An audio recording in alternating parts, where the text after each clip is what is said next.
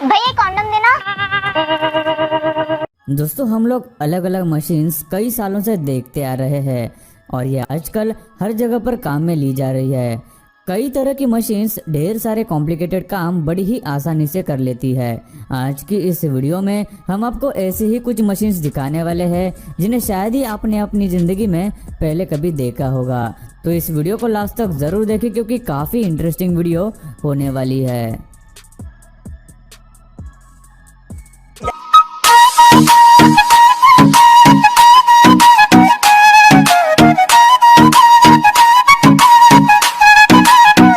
Bag making. आप में से बहुत से लोगों ने हॉट वाटर बैग तो ज़रूर इस्तेमाल की होगी। अगर हमें कहीं पर मोच या फिर सूजन आती है तो उस जगह पर इस बैग को रखते हैं जिससे हमारा दर्द थोड़ा कम हो जाता है। लेकिन इन्हें बनाया कैसे जाता है यह कुछ ही लोगों को पता होगा। सबसे पहले बड़े रबर को एक रोलिंग मशीन में डालते हैं जहां मशीन उसे घुमाकर पतला आकार देती है। फिर एक कर्मचारी उसका रोल बनाकर साइड में रखता है और बाद में उसे दूसरे मशीन में डाला जाता है जहां मशीन उसे और पतला करती है। बाद में उसकी एक पतली और स्मूथ लेयर बन जाती है। फिर उसे एक रोलिंग कन्वेयर की मदद से आगे ले जाते हैं जहां उसे गर्म पानी में से गुजारा जाता है। बाद में उसे एक कटिंग मशीन में भेजते हैं जहां रबर को हॉट वाटर बैग्स के आकार में काटते हैं। आगे एक कर्मचारी काटे हुए पीसेस को साइड में निकालने का काम करता है और बचे हुए रबर को रिसाइकलिंग के लिए भेजते हैं जिनकी मदद से और रबर बैग्स बनाए जा सके। उसके बाद बनाए गए पीसेस को दूसरी मशीन में डालते हैं जहां रबर को 170 डिग्री में कंप्रेस करके उसे बैग्स में कन्वर्ट करने का काम किया जाता है। उसके बाद कर्मचारी की मदद से बैग्स पर लगे एक्स्ट्रा रबर को हटाया जाता है। उसके बाद दूसरी कर्मचारी बैग्स के ऊपर से साइड स्टॉपर को लगाने का काम करती है। बाद में बैग्स को गर्म पानी में डुबाया जाता है। फिर आगे उन्हें पैकेजिंग के लिए भेजते हैं जहां उन्हें प्लास्टिक में रैप किया जाता है। Durex condom making process. Condom जिसे हिंदी में निरोध भी कहते हैं, यह न सिर्फ एक बर्थ कंट्रोल टूल है बल्कि हमें कई सारी बीमारियों से भी बचाता है। लेकिन क्या आपको पता है कि यह बनता कैसे है? इसे बनाने में इस्तेमाल होने वाला मेन इंग्रेडिएंट है लेटेक्स, जो एक तरह का रबर होता है। इसके साथ ही इसमें और भी चीज़ों का इस्तेमाल किया जाता है जैसे कैल्शियम, टैमोल, जिंक ऑक्साइड वगैरह। इन तीनों चीज़ों को एक मिक्सर में अमोनिया वाटर के साथ 5 घंटों तक मिलाकर कंपोजिट पेस्ट तैयार किया जाता है, जिसके बाद इस पेस्ट को लेटेक्स के साथ मिलाया जाता है और कॉन्डम बनने की शुरुआत होती है। इस पेस्ट में कॉन्डम बनाने वाले ग्लास में मोल्ड को डिप किया जाता है जिसके बाद इसे 90 डिग्री तापमान में सुखाया जाता है। जिसके बाद इन मोल्ड्स को कॉन्डम की थिकनेस और सेफ्टी को ध्यान में रखते हुए एक और बार लेटेक्स सॉल्यूशन में एक डिप किया जाता है। फिर उनकी बीडिंग प्रोसेस की जाती है जिसमें उन्हें एंड से थोड़ा सा रोल किया जाता है जिससे कि कॉन्डम को ग्रिप मिलती है। फिर इन्हें तेज जेट स्प्रे की मदद से मोल्ड से निकालकर एक बड़े वॉशर में डालकर धोया जाता है जिससे सारा एक्सेस पानी और केमिकल निकल जाता है। उसके बाद हर एक कॉन्डम की टेस्टिंग की जाती है जिसमें हर एक के अंदर पानी भरा जाता है और एक पानी के टब में डुबोया जाता है और इसके अंदर के पानी में करंट छोड़ा जाता है। फिर अगर वो करंट किसी कॉन्डम से लीक होकर टब के पानी में आ जाता है तो मशीन उसे फौरन डिटेक्ट कर लेती है जिससे छोटे से छोटा लीक भी पता चल जाता है और वो कॉन्डम रिजेक्ट हो जाता है। फिर इनका एक और टेस्ट किया जाता है जिसमें इनकी स्ट्रेंथ और ड्यूरेबिलिटी चेक की जाती है। हर एक कॉन्डम में 18 लीटर तक हवा भरी जाने की कैपेसिटी होती है। उसके बाद ही ये अप्रूव होते हैं और आखिर में इन पर फ्लेवर्स लगाए जाते हैं और इन्हें मशीन द्वारा रोल करके पैक करके ये ड्यूरेक्स हमें मार्केट में मिलते हैं। सो गाइस, ऐसे बनते हैं ड्यूरेक्स। Aluminium containers. आप में से बहुत से लोगों ने इस तरह के एल्यूमिनियम कंटेनर्स तो देखे ही होंगे जिसका इस्तेमाल खासकर खाना पैक करने के लिए किया जाता है। इस कंटेनर की खासियत ये है कि इनमें खाने की चीज़ों को ज़्यादा देर तक गर्म रखा जा सकता है। तो देखते हैं कि इसकी मैन्युफैक्चरिंग आखिर कैसे की जाती है। इसे बनाने के लिए एल्यूमिनियम कॉइल की ज़रूरत पड़ती है। एक एल्यूमिनियम कॉइल रोल को मशीन में फिट किया जाता है जहाँ कॉइल की स्ट्रिप को दूसरे मशीन में भेजते हैं और वो मशीन एल्यूमिनियम को डब्बों के सांचों में कंप्रेस करने का काम करती है जिसकी मदद से एल्यूमिनियम कॉइल को एल्यूमिनियम कंटेनर का आकार दिया जाता है। फिर कुछ कर्मचारी उन्हें पैक करके बॉक्स में रखते जाते हैं। इस कंपनी में एक दिन में लगभग 10,000 कंटेनर्स बनाए जाते हैं। अगर ये काम कोई इंसान करने लगता तो सोचिए कितना टाइम लगता। Toothbrush making process. टूथब्रश एक ऐसी चीज़ है जिसे हम डेली लाइफ में इस्तेमाल करते हैं। इस वीडियो में हम आपको बताएंगे कि इन टूथब्रश को आखिर कैसे बनाया जाता है। इन्हें बनाने की शुरुआत प्लास्टिक पैलेट से की जाती है, जिन्हें टूथब्रश मोल्डिंग मशीन में डाला जाता है, जहां मशीन प्लास्टिक पैलेट्स को टूथब्रश का आकार देती है और वही उस पर ब्रिस्टल्स के लिए 61 होल्स भी किए जाते हैं।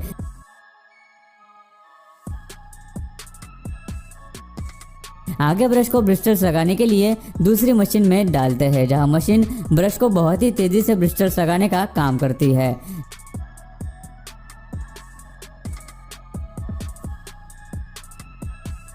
जिसे अगर कोई इंसान करे तो उसे बड़ा ही वक्त और मेहनत की जरूरत पड़ेगी।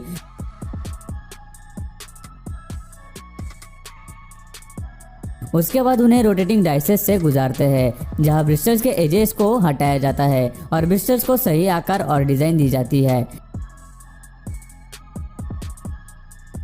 आखिर में उन्हें पैकेजिंग के लिए भेजते हैं।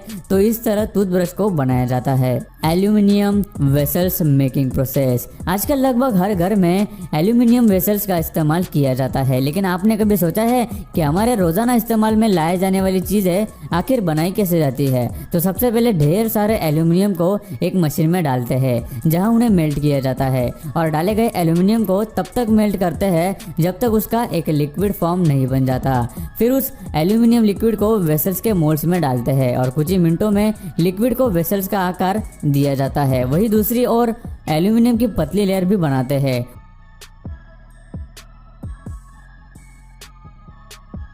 उस लेयर को एक कंप्रेसिंग मशीन में डालते हैं, जहां मशीन उसे दबाकर अलग अलग टाइप्स के वेसल्स का आकार देने का काम करती है। इस फैक्ट्री में कई अलग अलग तरह के वेसल्स बनाए जाते हैं, जहां और एक कर्मचारी एल्यूमिनियम प्लेट को मशीन में डालता है और उसे हाथ से ही एडजस्ट करके दूसरे टाइप का वेसल्स बनाने का काम करता है। तो इस तरह फैक्ट्रीज में अलग अलग तरह से वेसल्स को बनाया जाता है। Polyester clothes making process. आप में से बहुत कम लोग जानते होंगे कि प्लास्टिक से भी क्लोथ्स बनाए जा सकते हैं। इन्हें बनाने के लिए प्लास्टिक गार्बेज की ज़रूरत पड़ती है, जिसकी मदद से पॉलिस्टर क्लोथ्स बनाए जाते हैं। सबसे पहले बहुत सारी बॉटल्स को एक कन्वेयर बेल्ट पर डाला जाता है, फिर आगे इन्हें एक क्रशिंग सेक्शन में भेजते हैं, जहां सारी बॉटल्स को क्रश किया जाता है। क्रश हो जाने के बाद उन्हें बाहर निकाला जाता है, जहां कुछ कर्मचारी क्रश किए गए मटेरियल्स को अच्छे से चेक करते हैं और खराब प्लास्टिक को बाहर निकालने का काम करते हैं। उसके बाद साफ प्लास्टिक को फिर एक बार क्रशिंग मशीन में डालकर और बारीक किया जाता है। उसके बाद प्लास्टिक को एक रोटेटिंग मशीन में डालते हैं और मशीन की दूसरी ओर से प्लास्टिक थ्रेड बनकर बाहर निकलती है।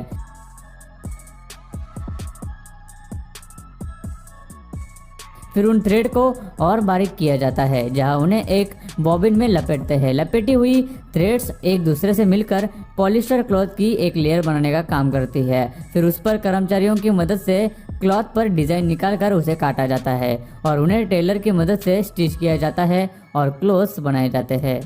Church bell making. अगर आप चर्च में गए हैं तो इस तरह की बेल आपने बिल्कुल देखी होगी। इस वीडियो में हम आपको बताएंगे कि इन्हें आखिर कैसे बनाया जाता है। सबसे पहले मेटल को पिघलाया जाता है, उसके बाद तुरंत ही पिघलाए गए मेटल को बेल के मोल्ड्स में डालते हैं।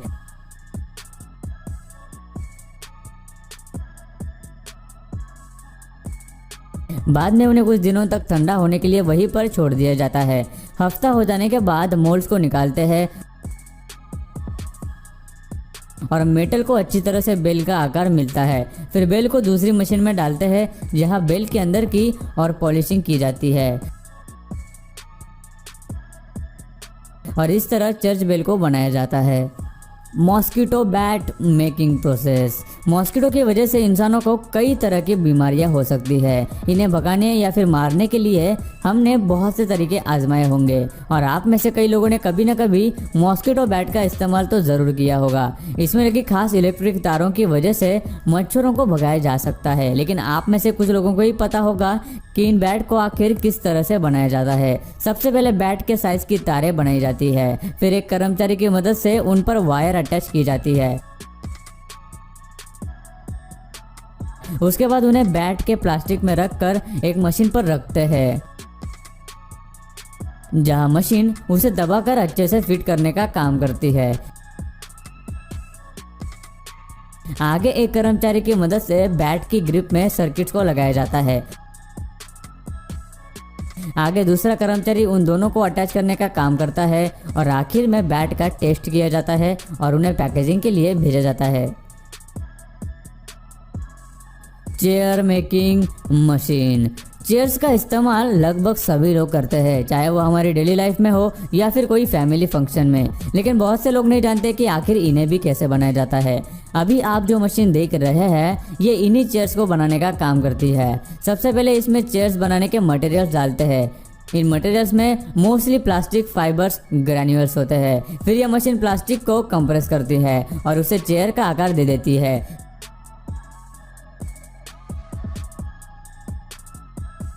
फिर उन्हें दूसरी मशीन की मदद से उठाकर एक टेबल पर रखा जाता है, जहां एक कर्मचारी उन्हें फिनिशिंग देने का काम करता है।